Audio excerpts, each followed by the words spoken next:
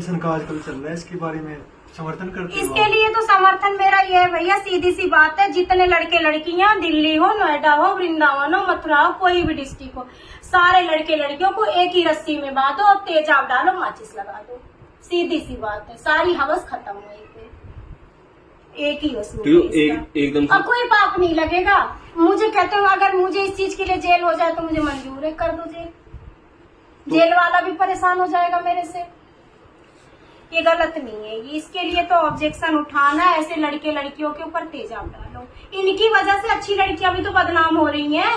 अच्छा किशोर जी, एक बात जानना चाहते हैं आपसे कि जितने ये आजकल पढ़े लिखे लड़के लड़कियां होने लगे, पढ़े लिखे कमा रहे हैं, तो अपनी संस्कृति को छोड़ के ये वेस्टर्न कल्चर जो अपना रहे हैं, तो उनका आगे भविष्य में क्या होने कोई भविष्य नहीं है उनका भविष्य है कि नदी नाला किसी गंदे नाले में जाके पड़े रहे। वैसे भी गंदे नाले में ही तो रह रहे हैं, जो इस कर्म को कर रहा है वो गंदगी में ही तो रह रहा है, वो कहाँ अच्छी जगह रह रहा है। नहीं किशोरी जी, आपके पास तो पढ़े लिखे और दूर दूर से लोग आते हैं, अमेरिका से भी आते हैं। हाँ, मैं था जर्मनी से आई हुई थी एक दीदी और भैया, करिश्मा दीदी। हाँ करिश्मा दी जो भी है, तो उनके विचार और जो आजकल ये लोगों की जो बोल रहे हैं, कंट्रोवर्सी पे बोल रहे हैं आजकल टीआरपी की वजह से, तो कितना डिफरेंस है, मतलब कितना अंतर है? बहुत पैसा तो वो भी कमाते होंगे जो विदेश में रह रहे हैं, और वो विदेश में रह के इतना अच्छा उनका कल्चर, इतनी अच्छी तो उनके अंदर देखो, उनके अंदर जो हैवान था वो तो मर गया ना, वो गुरु जी की वाणियों से तो मर गया ना।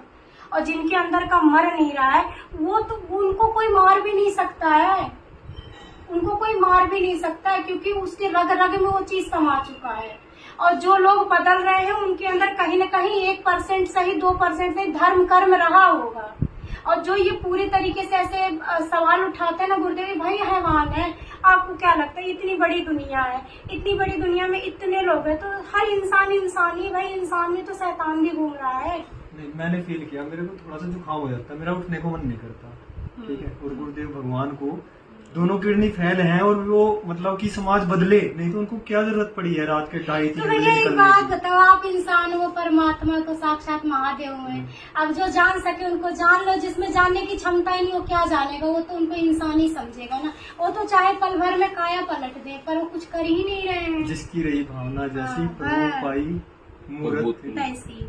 अच्छा एक बात और जानना चाहते वही हैं है, आपसे। किसी कोई उनको भावना से भगवान मानते हैं और वो कोई भगवान ही है ना, वो कोई उन पे भगवान ही कंट्रोवर्सी है। कर रहा है अपने आपने चैनल के इतना लिए। दिव्य स्वरूप कभी किसी संत कभी का नहीं आपने देखा जो है? यूट्यूब पे देखते हैं ना, हम आते क्यों हैं वृंदावन में, क्योंकि यूट्यूब पे और सोशल मीडिया पे देखते हैं वो चीजें नहीं जो सामने से देखते हैं ना, और जो उनका प्रभाव पड़ता है। मतलब मैं जब दर्शन किए थे ना गुरुदेव भगवान के, तो आधा घंटा तक होश नहीं आई। नहीं आएगा भाई, वो साक्षात महादेव है। और अच्छा जब एक बात बताओ आप मेरे को, जैसे यहाँ पे सभी गुरु जी की वाणी सुन के आते हैं, उनके दर्शन करने के लिए आते हैं, आप तो प्रतिदिन उनका दर्शन करते हो, तो आप उनको किस रूप में देखते हो? वो तो मेरे पिताजी हैं, साक्षात मेरे महादेव हैं। महाज्ञानी। अच्छा जैसे आप तो ज्यादा देखते हैं, मतलब ये लोग ना लाखों लोग डेली आते हैं वो दर्शन के प्रति लिए। नियम है, कभी काल जैसे ना रुके हुए एक अलग बात है भीड़ भाड़ की वजह से। और प्रति नियम है कि मेरी दुकान पे कीर्तन होता है और मेरे महादेव मेरे पिताजी हैं, वो रुकते जरूर है अपनी लाडो की दुकान पे, चाहे वो 2 सेकंड के लिए रुके, पर वो मेरी दुकान पे रुकते जरूर है। मैंने एक चीज और नोटिस नहीं की वो है। बोलते भी हैं कि मेरा फोकस रहता है, महाराज जी का फोकस रहता है कि दूर दराज से जो भी आता है कि प्रत्येक की तरफ उनकी वो तो रहती ना, है, सब पे वो दृष्टि भले ही रहती हमें है। महसूस दे या ना दे, हमें लगता है कि उन्होंने हमारी तरफ देखा है या नहीं, लेकिन वो बोलते हैं कि सबकी तरफ उनकी नजर रहती है, सब पे रहती है। अच्छा एक बात और बताओ। परमात्मा तो सबको एक ही दृष्टि से देखता बिल्कुल है ना। बिल्कुल। वो तो एक ही धर्मी हो, अधर्मी हो, पापी हो, दुष्कर्मी हो, कैसा भी हो, तो सबको एक ही दृष्टि से देखता है। और सबके लिए वही अगाध ममता भरी है कि कब कौन बदल जाए कुछ पता है।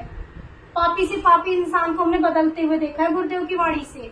मेरे बराबर में दिल्ली से एक भैया थे, वो कह रहे थे कि मेरा जो दिन की शुरुआत होती थी ना, नशा से स्टार्ट होता था मेरा, और वो मेरे पास लाइन में पड़े हुए थे, पूरी रात रहे टोकन लेने के लिए। कितना परिवर्तन हुआ है, हुआ है और अभी और होगा, अभी और होगा। गुरुदेव भगवान बदलने के लिए ही तो अवतार लिए लाखों हैं। करोड़ों लोग बदल चुके हैं, लेकिन जिनको बदलना नहीं है, जो बदल गए हैं, वो उनके ऊपर कंट्रोवर्सी करते हैं कि मेरी भाई बात सुनो, मैं फिर आपको एक चीज कह रही हूँ कि इतनी बड़ी दुनिया है, सबने इंसान का चोला पहन रखा है, तो अगर इंसान भी तो शैतान भी है, विरोधी भी तो खड़े होने चाहिए, तभी तो आनंद आएगा। बिल्कुल। अरे एक बात बताओ, जिसके चाहने वाले लाख होते हैं उसके दुश्मन भी 1000 होते हैं, तो ये चंड कीड़े क्या कर लेंगे?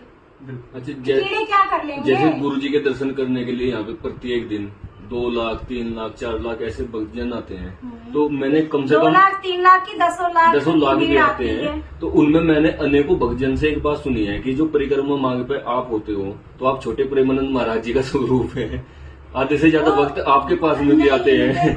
तो सीधी सी बात है, वो अपना अपना भाव है। गुरुजी से आप मेरी तुलना ना करें, वो तो वो साक्षात उनका महादेव हैं। उनका कृपा प्रसाद मानते हैं, उनसे तुलना नहीं करते है ना। वो अपने अपने भाव हैं, जिसके जैसे मन के भाव होते हैं उस तरीके से लोग कहते हैं।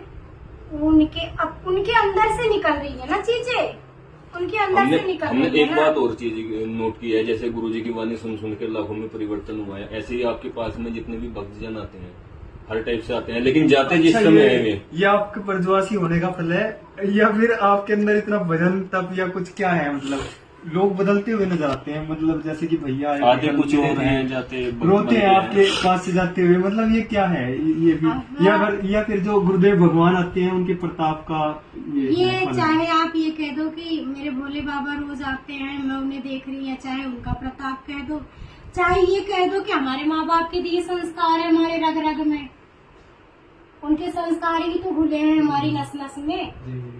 और सीधी सी बात है, देखो गुरुजी ने जो लिविंग रिलेशन पे एक चीज कही थी, मुझे ऐसे लगता है कि अगर लड़की अपने आप को साफ सुथरी इस हैवान जैसी दुनिया में अपने आप को बचा के रखे ना, तो जो तेज शायद हम में होगा वही तेज हर लड़की में दिखेगा। कि आप 100 के बीच में रहो लेकिन आप अपने आप को सुरक्षित रखो, और हर लड़की में वो क्षमता है, पर लड़कियां रहना कहाँ चाहती हैं। अच्छा, आपका स्ट्रगल देखा है, मतलब आपका बचपन से स्ट्रगल है? बहुत ज्यादा स्ट्रगल क्या है? ये मतलब जो इतनी मजबूती है, हम तो ऐसे जैसे एक कटघरे के बीच में मतलब पूरा लालन पालन इस तरह करते हैं माँ बाप कि इसको थोड़ी सी चोट ना लग जाए, इसको कोई दिक्कत ना आ जाए, लेकिन आप उसी खुले मैदान में और एक लड़की होकर ऐसे झाड़ती हैं, और इसके पीछे क्या कारण है? इसके पीछे कुछ नहीं है, इसके पीछे मेरे महादेव की पावर है। आजकल क्योंकि देखा है लड़कियां ना परेशान रहती हैं कि भाई देखो, मैं मेरी लड़कों बात से कम सुनो। हूँ, या फिर नहीं, आत्मविश्वास नहीं होता है कि मेरा तो भैया, मेरी बात सुनो। मिसयूज बहुत सारी बोलती हैं कि मेरा तो मिसयूज किया गया। मिसयूज नहीं किया तुमने, मिसयूज करवाया तो उसने तुम्हारा मिसयूज किया। मैं कह रही हूँ मुझे 100 लड़कों के बीच में खड़ी कर दो, क्या मजाल है कोई लड़का मुझे टच करके चला जाए बिना मेरी मर्जी के? अब आती है वीडियो जैसे कि भाई मैं तो अब वो फेमस होगी, कोई एक्टर नहीं या कुछ भी, अब किसी ओहदे पे पहुंच गई तो बोलती है कि मेरे साथ तो 1 साल पहले ऐसा हुआ था।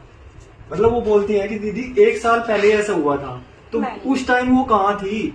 आप उनको क्या बोलना चाहेंगे? मतलब 1 साल पहले की बात, आज वो फेमस होगी, क्या वो गलत है या फिर जिन्होंने किया वो गलत है, या किसी के साथ कुछ हुआ ही नहीं? देखो, मैं एक चीज फिर कह रही हूँ कुलदीप भैया, आप मेरी बात मानो। जहाँ पे बेचारी लड़की अकेली है और उसके साथ 4 हैवान जुटा हुआ है, तो कहीं ना कहीं वो लड़की कमजोर पड़ जाएगी, है ना। लेकिन अगर लड़की अकेले है और उसके साथ बस सलूकी 2 लड़के कर रहे हैं, तो मैं कह रही अकेली लड़की का 2 लड़का कुछ नहीं बिगाड़ सकता। गारंटी के साथ मैं कह रही हूँ भाई, आप मेरी बात को मानो। झांसी की रानी कौन थी बताओ, जो अंग्रेजों के हाथ नहीं लगी, अंत में अग्नि में कूद के उन्होंने जान दे दी, खुद भी गई, उनका बच्चा भी गया। बच्चे को कमर में बांध के उन्होंने पूरी लड़ाई लड़ी है, पर अंग्रेजों के हाथ नहीं आई। उन्होंने अपना आत्मसम्मान बचाया, अपनी आबरू बचाई।